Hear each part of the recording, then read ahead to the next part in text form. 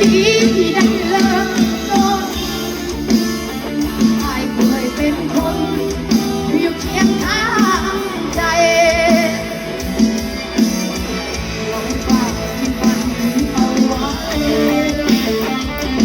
ต้องไม่ตายยา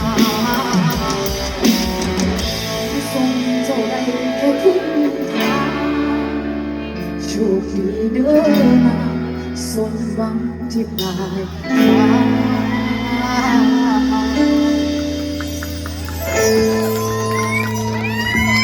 มาส่งเจ้าไว้สมีลาปลายฟ้าให้เขาหา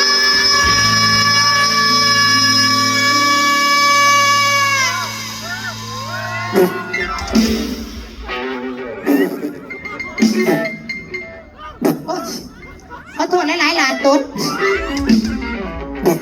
เพราะละมั่งขี่วะละมั่งตุ๊ดปะเนี่ย